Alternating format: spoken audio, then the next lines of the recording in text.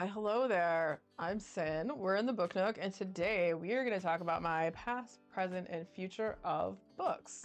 What I've been reading, what's going on, and what we're going to get into. So, recently I finished the book called The Unmothers by Leslie J. Anderson. And let me tell you, going into this book, I had no idea what I was getting into. And I had seen it a few times, and I didn't really know what it was about. And I finally read the synopsis. And it's like, there's this journalist she's sent to this town, and she's kind of sent there because she had some tragedy in her life, and she just went straight back to work and didn't really take any time to take time to herself. And it seems like her work sent her there just to have her kind of get away. They start a story that they don't really think is going to amount to much of anything, but then it turns out to be a crazy story. And so the story is, there's a horse that gave birth to a human baby, and the father might be this kid named Roswell. And so she goes there and she doesn't really think too much about it. And then what ends up happening is she finds herself entrenched in all these weird lore of the town, possible ancient creatures in the forest. They care more about horses than humans in the town, and at some point they find a dead horse and a dead person in a field, and then some naked guy who was on a bender are found next to them. And it seems like he's kind of like the red herring or the patsy that they want to kind of put the blame on. And so it starts to unfold that there is an actual story there, and it gets crazy and it's weird. It's super got that Lynchian vibe to it, and I loved it. It's so freaking weird. If you like weird books about horses where you really want to know if the kid had sex with the horse or not, did he?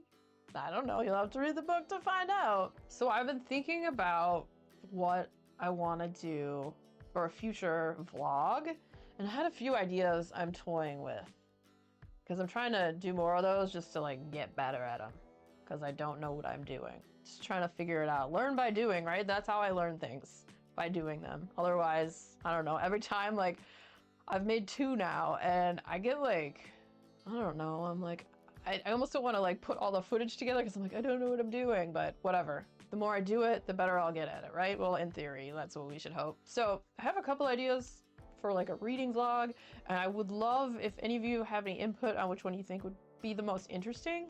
Okay, so I thought about doing one that was just a couple cozy mysteries, and then maybe cooking and doing some comfort foods, whether it's chili or something along those lines, because as we're getting more into fall and colder temperatures, I want to do stuff that's nice and warm to eat or something like that. So cozy mysteries, some sort of food.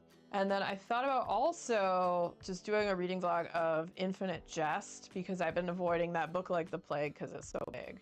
I don't have a reason to read it, and I thought if I did a reading vlog about it, then I would have to read it. That kind of sounds miserable. I don't know. Maybe I don't want to do that one. I don't know. Maybe I should. I need to. It's sitting on my shelf behind me. I need to read that book at some point. Okay, and then my third idea was, I love reading books that have cats in them, whether they're the feature or they're part of a cozy mystery and whatnot. There's a book I want to get that's called I'll Prescribe You a Cat. I don't know if it's out yet or it just came out.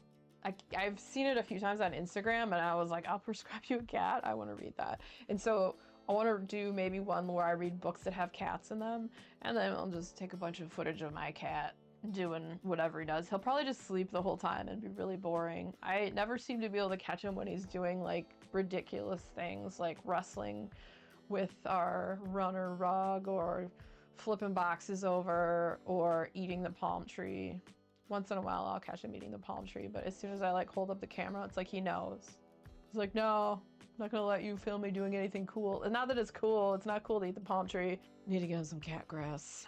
Anyway, but he only eats the one plant. That's his plant, so he can, as long as he's not eating anything else. So those are my 3 ideas. I don't know which one sounds the most interesting to you. Let me know down in the comments if you think the reading cat books with footage of Dr. Mittens the cat, or cozy mysteries with food in the kitchen, or me trying to get through Infinite Jest and hoping that I actually enjoy it. I would probably make food in all 3 of those, to be honest. All right, now let's tell you what I'm gonna get into. Speaking of books with cats and cozy mysteries, that combines 2 of the things. So we got The Apple Cider Slang by Julie Ann Lindsay. I can't stop reading these cozy, like, cute murder mysteries. They're too fun. The last one I read before this was The Murder at the Pumpkin Pageant, and I loved it. So let's tell you about the Apple Cider Slang. This is a cider shop mystery, and it is book number 1. I think there's 3 in this series so far, if I'm not mistaken. I looked it up online. I think there's 3 of them in this series. So this is the first one. And it says, one rotten apple. 1. Blossom Valley, West Virginia is home to Smythe Orchards, Winnie and her granny's beloved 25-acre farm and family business. But any way you slice it, it's struggling. That's why they're trying to drum up business with the first annual Christmas at the Orchard, a good old-fashioned holiday festival with enough delicious draw to satisfy apple-picking locals and cider-loving tourists alike. Until the whole endeavor takes a sour turn when the body of Nadine Cooper, Granny's longtime grudge-holding nemesis, is found lodged in the apple press. Oh, good lord. Now with Granny the #1 suspect, Winnie is hard-pressed to prove her innocence before the real killer delivers another murder. Dun dun dun. You know how I was just talking about that book, The Unmothers, and saying it was like Lynchian? Okay, so the name Nadine Cooper, Nadine is a character in Twin Peaks, and Cooper is Agent Cooper, and I just made that as synchronicity and tied it into The Unmothers and David Lynch. I don't know. Anyways, it sounds cute and seasonal, and yeah. Look at those cats. Maybe they did the murder. We don't know. Guess we'll find out. After that, these other ones are just kind of random ones I saw at the library and I thought they sounded interesting. And this one is called The Hudson Collection by Jocelyn Green.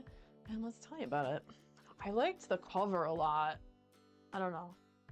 Maybe the red dress caught my eye. Elsa Reisner's lifelong dream of working as an ornithologist at the American Museum of Natural History is fading as the job begins to drain her passion.